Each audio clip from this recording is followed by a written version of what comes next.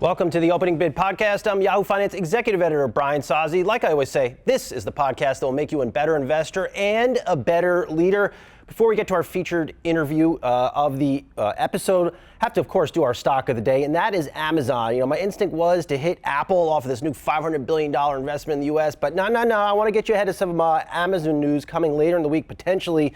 Source telling me the company is going to release a generative AI assistant that it dubs, at least internally, Rufus. Now, Amazon is supposed to hold a new Alexa event in New York City later this week. Company could show off Rufus and then ultimately how it's continuing to improve the functionality of Alexa. What really interests me here is two things. One, Amazon stock down about 1.3% year to date, underperforming many parts of the broader market and some key components of the Magnificent Seven, notably Nvidia. But I think what is interesting here, what could come in later in the week, if Alexa gets upgraded, keep in mind Amazon has over 200 million Prime members around the world. If it's going to charge more for this Gen AI functionality, that could add up to real money, and that could be real money not priced into Amazon stock. Those are my words of wisdom today, and our stock of the day, Amazon. Let's stay on the tech theme here and bring in our interviewee of the episode. That is Louis Navallier, Navallier Associates founder and chairman. Louis, good to see you. Longtime follower of your work. I appreciate you taking the time. Well, it's an honor to be here. I have to stay on tech. I mean, I've seen you've written about Nvidia in the past. This is a week where Nvidia could either send the market to new highs or send it right down to the toilet. What say you on Nvidia? Do you still like the company? And how important is this one single earnings release from this company? Well, it's important, but their guidance is even more important. And I'm on the record saying that you should hold Nvidia at the end of the decade because no one can compete with them and the regenerative AI chips. And then after the end of the decade, it might be more quantum computing leading the way. But I love Jensen. I love what he does. I think he's a great leader. Very few founders can actually run their company. And the only glitch I would say with Nvidia is the Citadels of the world write so many options on this stock. You got to realize if the stock gaps up, then Citadel has to pay out all this money versus just pocketing all the premiums they just collected. So sometimes the tail wags the dog when Nvidia announces. So if it doesn't go up a lot on day one, it'll go up in subsequent days. You cover a lot of stocks, Louis. So for you to call Nvidia the stock of the decade, that certainly sticks out to me. You mean to tell me no one is close to Nvidia at all in anything it does? No, there's Jensen gave a nice talk to Stanford Business School. My son was actually in the audience. It's that talk is on YouTube if somebody wants to see it. It's about 55 minutes. And they spent up to $2 billion per regenerative chips, and no one can compete with them on regenerative AI. So they have a monopoly. What's going to be happening by the end of the decade as they upgrade the Blackwell chip is you can only fit so many transistors on these chips, and they'll be approaching the atomic level. So obviously they can't go beyond that. And then the quantum computing is the only way you can speed things up after that. And they already have a quantum cloud simulator. They're working with Google on their quantum computing development. So that'll be the next phase. Curious to get in your mind. So when you saw that DeepSeek news come out, hit the market, slandered Nvidia, I mean, are you just like, this is ridiculous? I mean, it's Nvidia. I mean, we need their chips. Yeah. It looks like that was a plant by the Chinese Communist Party because obviously the week before, President Trump had announced Stargate with Larry Ellison, Sam Altman, and the SoftBank founder. And the gentleman that runs DeepSeek is a hedge fund manager and based in China, and they can't short over there. So if they want to short, they had to try to prick our bubble. But although DeepSeek was the #1 seller on the Apple Store, it's been crashing a lot. They got cybersecurity issues, and so they got to expand the cloud in China to accommodate them. But the whole narrative that the old chips are just as good as the new chips, we wouldn't have to expand the data centers, that's proven to be a false narrative. There was a report out today, I believe, from the team over at Cowen suggesting that Microsoft is cutting back on how much it's spending on data centers. Some of this spending by Microsoft, Meta, all the hyperscalers, and these are hundreds of billions of dollars. Any concern on your part that there is too much being spent and we will have overcapacity? Not at all. not at all. We have the data centers here in Reno. We have Amazon and Google, and we, the data centers have to go where the electricity is, and it has to be cheap electricity. Obviously, Microsoft wants zero carbon out of Pittsburgh. Most data centers are around hydroelectric or nuclear. Obviously, natural gas is going to be fueling a lot of the data centers moving forward now that President Trump is drill baby drill. So I think that uh, they just have to figure out where they're going because if you can't plug into power, it's not going to work. Yeah, no, I mean these just chatbots. I mean they got to plug in somewhere. I mean, they just suck energy, especially all these robots Correct. coming out now, right? Correct. And everything's getting faster and faster, and they also need fast internet. So some place like Chattanooga's already got the fast internet. So does Kansas City. So there's a few things they need. Hey, you've been in this game for quite a while. Have you ever? What would you compare? I guess the market's. I want to call it obsession. Well, I will. Obsession with Nvidia. Is there another stock that you've covered over the years that has captured the zeitgeist in markets like Nvidia? No, no, it's a monopoly. Everybody loves a monopoly. I think I've only had five. My first one was Conair, which was hair dryers in the 80s. I guess everybody had a big hair, and that lasted for a few years. I think they're selling those things for $2 in CVS now. Yeah. That's right. Then we had Tyson Foods, which figured out a new way to eat chicken because, in the 60s, there was no chicken chunks, even in the 70s, or chicken tenders. They supplied McDonald's with McNuggets. So Tyson had a nice little Still unclear what those McNuggets are, Louis. Keep going. Still unclear. Exactly. Well, that's their chicken essence, I think. Then we had it was Hanson Natural, which had Monster Energy, renamed itself. I still remember I had the Red Bull guys in my office because I had a friend with an IndyCar team, and I remember drinking this stuff, and I said, well, "This is horrible." And I didn't realize I was supposed to be in college putting booze in it. But anyway, obviously energy drinks were incredible, and Monster was a big winner for us. They had the monopoly in the Americas. Red Bull was Europe. And then this is our second time in Nvidia, but we've been in it now for over 5 years, and the second time around, and I have no intention of selling it. What would make you sell it? And if I had this right, I mean, you've been in Nvidia in some capacity since May 2019. I mean, so you really kind of got in early on this freight train that is Nvidia. I mean, how do you know? How do you know when there's just no more gains or the gains are going to slow down? Well, we score stocks, so when margins come under compression and earnings aren't growing faster than sales, that's a warning sign. And then but basically what it is margin expansion creates a lot of the earnings surprises. You want positive analyst revisions. The analysts are notorious for underestimating. And so while the stock is being institutionalized, you just want to ride it as long as you can. But I don't have any company with operating margins as fat as Nvidia. They're 70% operating margins. They're ridiculous. I put this question. I write our Sunday morning brief newsletter at Yahoo Finance, and I put a chart. There's a chart in there. You can go back and check it out. Nvidia is one of the cheapest AI stocks, at least on a PE basis. Trades at about 29 times forward earnings.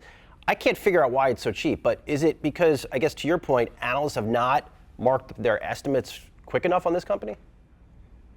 Well, the bigger you get, the harder it is to get a high PE. The PEs eventually do go down as you get in the multi-trillion-dollar market cap. But the cheapest out there, of course, is Supermicro, which is the Nvidia's cloud supplier. They make the best rack systems. Of course, they have to announce their financials on Tuesday. It's been one of the better performers this year.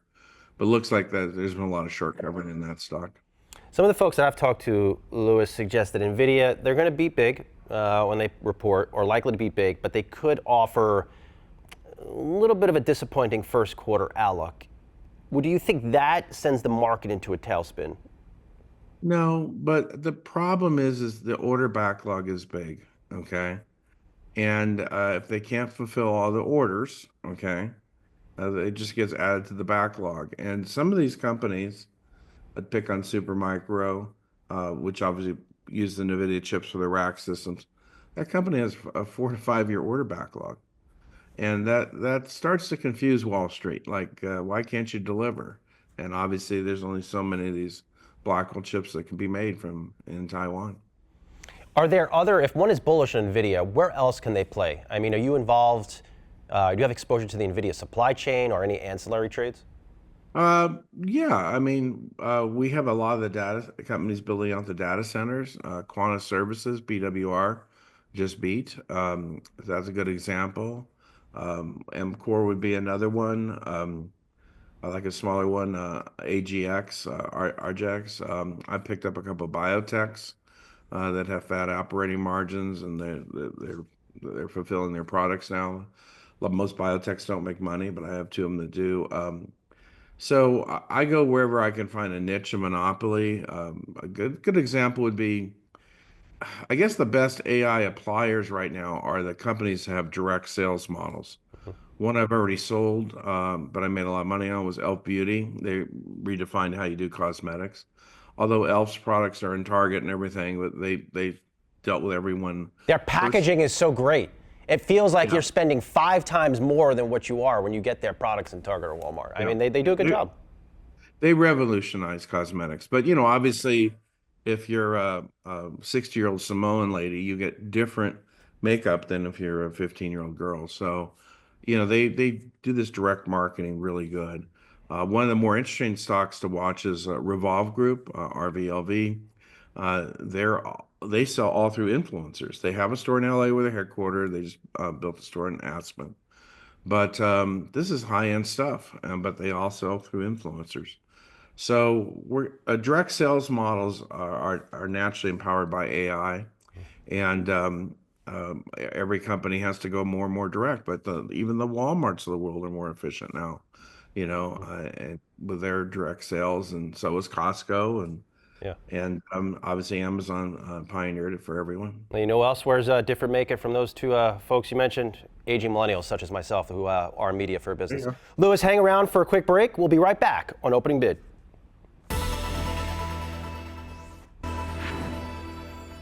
All right, having a fun chat on all things Nvidia and stocks. This is my type of chat. I like chats like this with Louis Navallier, Navallier and Associates founder and chairman, longtime follower of his work.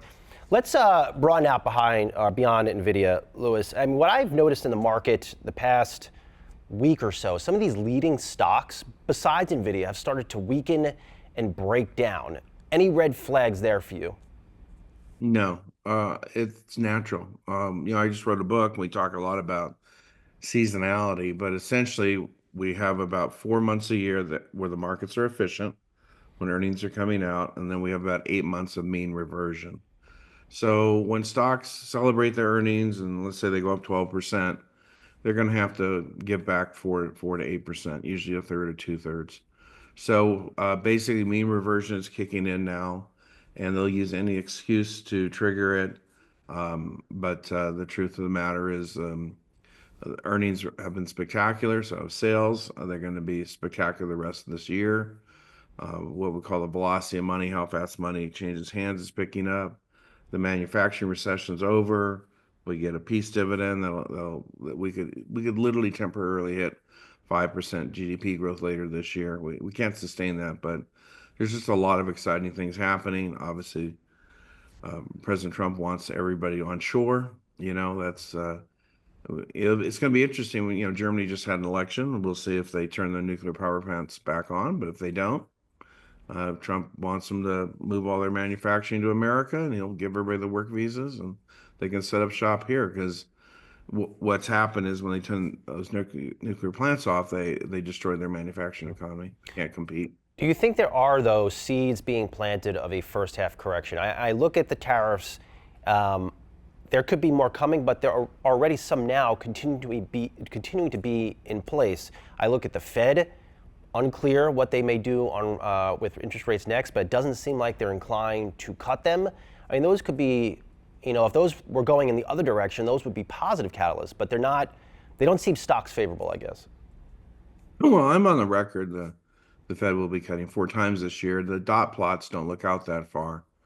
But why I'm so adamant that they'll cut 4 times this year is everybody else is in a recession. Mexico just had the biggest quarterly contraction since 2021. Britain's in a recession, so is France. Germany's recession is very severe. So you have the Bank of England and the European Central Bank that'll cut rates 4 to 5 more times, even though they've already started cutting. You have China, whose bond yields are lower than Japan's. China's going to be the next Japan. Their rates are going to be at or near zero for probably 2 decades. What the U.S. has that the rest of the world doesn't have is we have better demographics. We still have household formation. It's really just us and India and a little Brazil, but Brazil will fall off soon. And we our states compete with each other, which is very unique. And it creates a pro-business environment, no matter who we elect. And then also, finally, we assimilate our immigrants. Obviously, Trump wants them to come in the legal way, but we do assimilate our immigrants, which is not happening in Britain and France and Germany anymore because they got overloaded. So it's a fascinating environment we're in, but we're the whole economic engine of the world. Obviously, the tariff talk is going to be quite interesting. Howard Lutnick is really doesn't want to replace the income tax with tariffs. I don't think he'll get there, but you got to admire his energy. And so I'm not worried about tariffs at all. We have a very strong dollar, so I don't think the tariffs are going to be inflationary. For rate cuts, though, would that coincide with a I guess economic slowdown? Oh yeah, the whole world's in recession except for us, and Asia's slowed down dramatically. But again, Mexico's in recession. Canada wasn't in the fourth quarter, but they might be soon. But Britain, France, Germany, all in recessions right now. So that interest rate collapse will cause our treasury yields to fall, and our Fed never fights market rates. You don't see the U.S. slipping into a recession. No, because the velocity of money is too high right now. That's how fast money changes hands. So I think we'll be okay. Obviously, our consumer spending has been weak the first 2 months this year. We have the Conference Board report on Tuesday. I liked it a lot better than the Michigan report that came out Friday that kind of scared the market. But the weather has been disrupting the consumer spending. Obviously, we've had a very severe January and February for weather, very cold much of the country. Of course, we had the fires in LA in January. So hopefully come March, everything settles back down. I want to get back to the AI trade. Apple out with $500 billion U.S. investment over 4 years. The headlines are this is Tim Cook, Apple CEO, trying to appease President Trump. Whatever it is, what do you think about Apple here? I mean, the valuation has expanded pretty noticeably over the past year, but they do seem behind in AI, and they are still not out of the woods on tariffs. Yeah, I'm a big Apple fan. My wife owns the stock. I don't have it under management unless somebody transferred in low basis. We don't want to sell it. The main thing Apple needs is that folding iPhone, and I think that's due to be announced in September. They've already signed the contract with Samsung Display. So when they come out with the folding iPhone, obviously it'll be $2,500, and that will be a big deal because people live on their phones, and that will be a huge hit. Do you view Nvidia and Apple as probably the two better names for the Mag 7 here to own? No, no. If I look at, I like to call it Nvidia and 499 other stocks. But just outside the Mag 7, you've got Netflix, which is obviously still growing. You've got Plantair, which is consolidating all the insider selling. Their CEO, Alex, as well as Peter Thiel. You've got other up-and-comers like AppLovin. Those are all AI-driven stocks. If I look back in the Mega 7, Meta's doing okay. Every time they lay people off, the stock goes up, but they've done quite a bit. Google obviously did disappoint. Google doesn't provide guidance, but it's a monopoly. They dominate search. Now, the Justice Department victory against Google is so confusing because trying to split up Google, well, what the Justice Department did is equivalent of a dog catching a car. Like, what do you do now? Okay. I don't know how you split up Google, so I don't know what the Justice Department was thinking, but obviously that has to be resolved somehow. In the last few minutes, Louis, we always love to get hot takes from our guests, so I will tie this into your book, The Sacred Truths of Investing. What is the biggest sacred truth of investing? Oh, be patient and always have great fundamentals. Because when you have great fundamentals, you have staying power. And so I go into every earnings season locked and loaded. I just finished earnings season just about, but yeah, we have over 20% sales growth. Earnings are growing at 58%. There's a lot of bargains out there. My average small cap stock trades only 4.9 times next year's estimated earnings. There's a lot of good values out there if you go leave the Magnificent Seven. But like a lot of people, I would say I own a lot of big techs. How do you know something is a great value? Like when you're on an earnings call, I imagine you still listen to them. What are you listening to, or for? Operating margins. I'm obsessed with a lot of the earnings surprises are caused by margin expansion. Okay, and so as long as the margins are expanding, there'll be manufacturing surprises, and then you do want upbeat guidance because you do want the analysts to perpetually revise their earnings estimates higher. There's just a big parade into a lot of these stocks, and but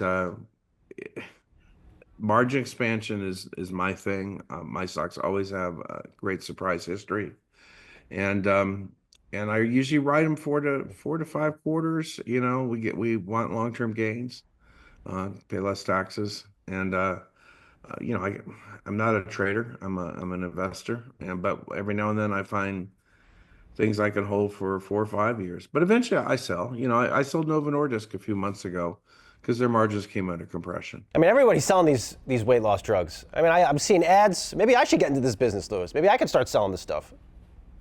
Well, it's interesting. Lilly is taken over. Okay. Novo Nordisk had a good trial the other day, but it's really Lilly's market to lose. They're still competing with the compound pharmacists out there. Insurance is a big issue. And it got to the point my doctor ordered me on them, and then we couldn't get them because of the insurance. So I have to call the doctor today and see what they want to do, or I can just eat less. Well, there's nothing wrong with eating less. I mean, sometimes you just gotta say no to that fourth steak of the week, and I'm guilty of it too. It's the reality of the situation. Really enjoyed this episode. Love talking about Nvidia. We're gonna have to have you back on the program. Louis Navallier, Navallier Associates, founder and chairman. We'll talk to you soon. Thank you. All right, that's it for the latest episode of Opening Bid. Continue to hit us with those likes and stars on Spotify and Apple Music, the thumbs up on YouTube. I read all of your comments. I try to plow back all of these things I'm learning from you into these episodes because, well, I just love me some Opening Bid. We'll talk to you soon.